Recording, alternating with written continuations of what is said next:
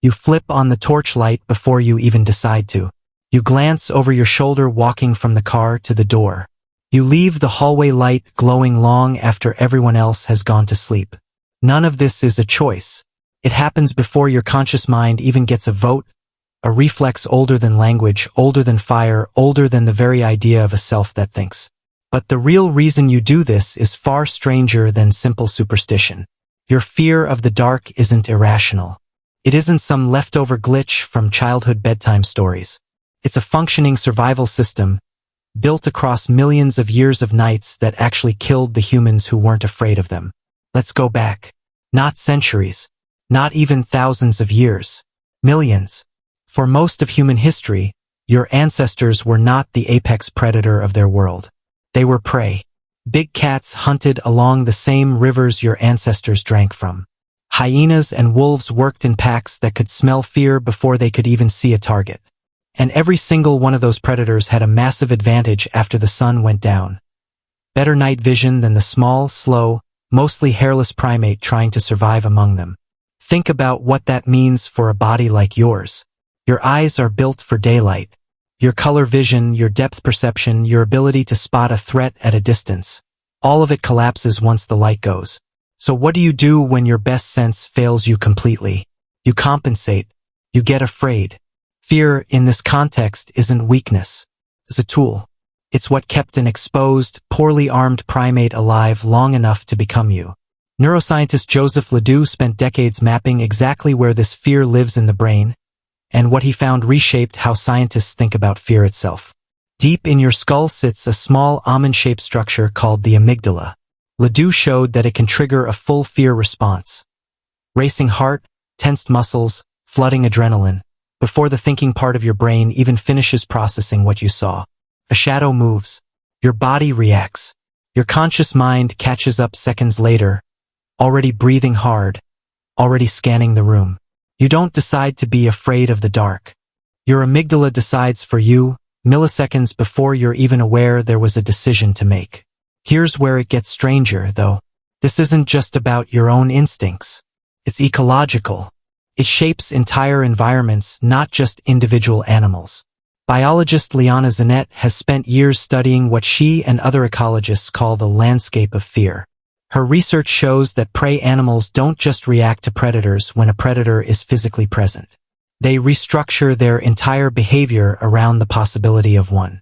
In her field experiments, simply playing the recorded sounds of predators, without a single actual predator anywhere nearby, was enough to change how prey animals ate, moved, and raised their young for the rest of the season. Fear alone, not danger itself, was powerful enough to reshape a species' behavior. Now ask yourself, if fear alone can do that to a songbird or a deer, what do you think it did to a small, slow-moving primate walking upright through tall grass at dusk, fully aware of what lived in the shadows? It built an entire psychology around avoiding the dark. Not just avoiding predators, avoiding darkness itself as a category, as a proxy for every threat that couldn't yet be seen. And this is where the twist comes in, the part most people never stop to consider. You'd assume evolution would eventually correct this. After all, humans stopped being easy prey a very long time ago. Fire came, weapons came, shelter came, cities came. So why didn't the fear disappear along with the danger? Because fear doesn't need to be accurate to be useful. It just needs to be cheap. Evolutionary psychiatrist Randolph Nesse built much of his career around this exact question. Why do we still carry fears that no longer match our environment? His answer is often called the smoke detector principle. A smoke detector that goes off constantly over burnt toast is annoying. But a smoke detector that fails to go off during an actual fire is fatal. Evolution, Nesse argued, doesn't optimize for accuracy. It optimizes for cost. And a false alarm, flinching at a shadow that turns out to be nothing, costs you almost nothing. A missed alarm, ignoring a shadow that turns out to be something, could cost you your life. So your body kept the alarm turned up. Even now. Even here. Even with streetlights on every corner and a phone flashlight in your pocket. That's the twist. You're not broken. You're not irrationally jumpy. You're running the exact same threat detection software your ancestors needed to survive the actual dark, except now it's firing in a world that's mostly stopped needing it. Which raises an uncomfortable question.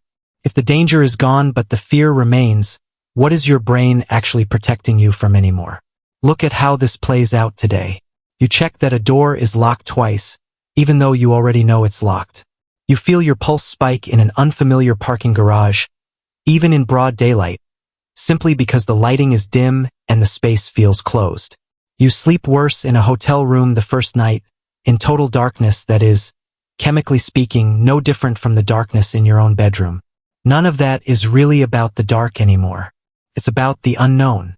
Darkness was simply the original, most ancient form of unknown your ancestors ever had to survive, and your nervous system never fully updated the file.